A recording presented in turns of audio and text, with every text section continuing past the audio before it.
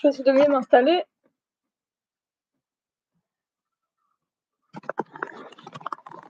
Voilà, donc.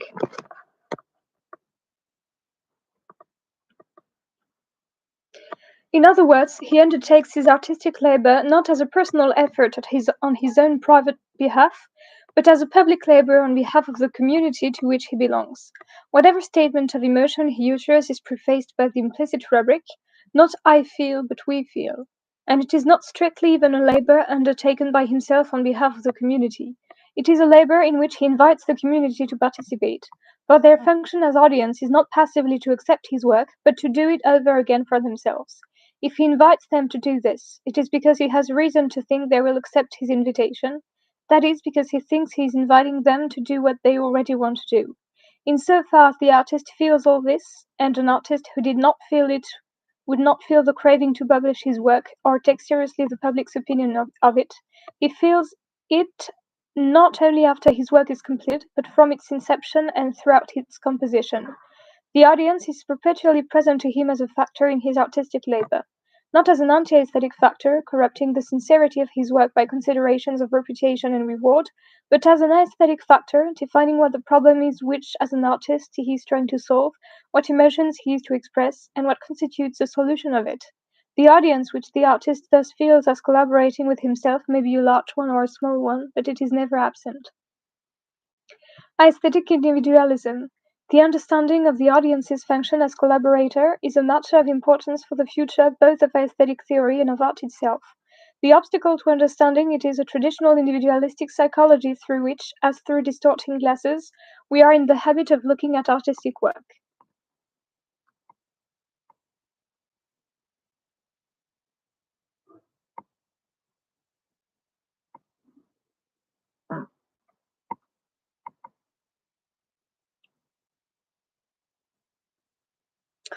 We think of the artist as a self-contained personality,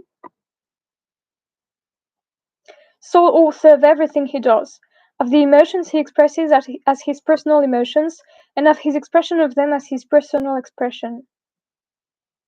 We even forget what it is that he thus expresses, and speak of his work as self-expression, persuading ourselves that what makes a poem great is the fact that it expresses a great personality, whereas if self-expression is the order of the day, whatever value we set on such a poem is due to its expressing not the poet, what is Shakespeare to us, or we to Shakespeare, but ourselves.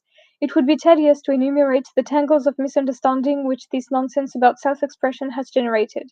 To take one such only, it has set us off looking for the man Shakespeare and his poems, and trying to reconstruct his life and opinions from them, as if that were possible, or as if, were it possible, it would help us to appreciate his work. It has degraded criticism to the level of personal gossip, and confused art with exhibitionism. What I prefer to attempt is not a tale of misdeeds, but a refutation. In principle, this refutation is simple. Individualism conceives a man as if he were God, a self-contained and self-sufficient creative power whose only task is to be himself and to exhibit his nature in whatever works are appropriate to it. But a man, in his art as in everything else, is a finite being. Everything that he does is done in relation to others like himself. As artist, he is a speaker, but a man speaks as he has been taught. He speaks the tongue in which he was born. The musician did not invent his scale or his instruments. Even if he invents a new scale or a new instrument, he is only modifying what he has learned from others. The painter did not invent the idea of painting pictures or the pigments and brushes with which he paints them. Even the most precocious poet hears and reads poetry before he writes it.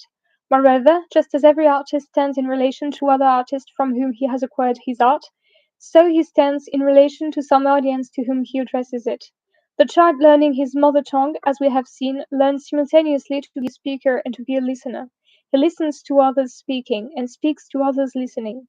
It is the same with artists. They become poets or painters or musicians not by some process of development from within, as they grow beards, but by living in a society where these languages are current. Like other speakers, they speak to those who understand. The aesthetic activity is the activity of speaking. Speech is speech only so far as it is both spoken and heard.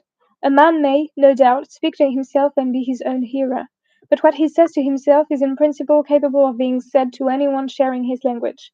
As a finite being, man man becomes aware of himself as a person only so far as he finds himself standing in relation to others of whom he simultaneously becomes aware as persons.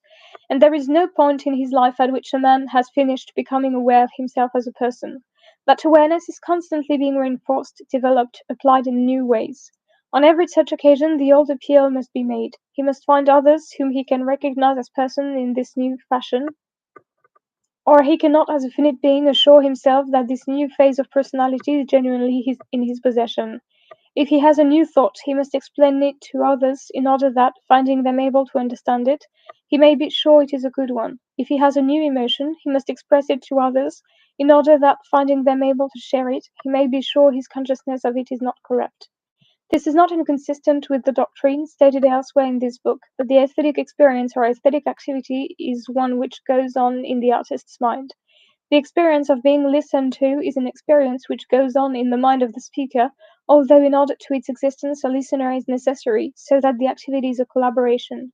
Mutual love is a collaborative activity, but the experience of this activity in the mind of each lover taken singly is a different experience from that of loving and being spurned. A final refutation of aesthetic individualism will, therefore, turn on analysis of the relation between the artist and his audience, developing the view stated in the last section that this is a case of collaboration. But I propose to lead up to this by way of two other arguments.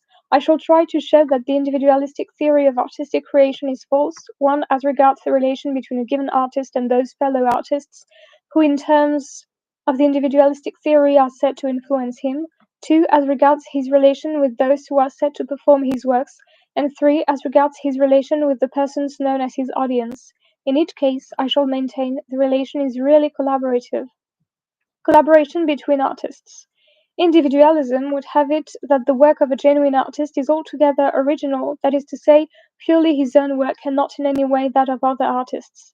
The emotions expressed must be simply and solely his own, and so must his way of expressing them. It is a shock to persons laboring under this prejudice when they find that Shakespeare's plays, and notably Hamlet, that happy hunting round of self-expressionists, are merely adaptations of plays by other writers, scraps of Holland, Lives by Plutarch, or excerpts from the Gesta Romanorum; that Handel copied out into his own works whole movements by Arne; that the Scherzo of Beethoven's C minor symphony begins by reproducing the finale of Mozart's G minor, differently bad; or that Turner was in the habit of lifting his composition from the works of Claude Lorrain.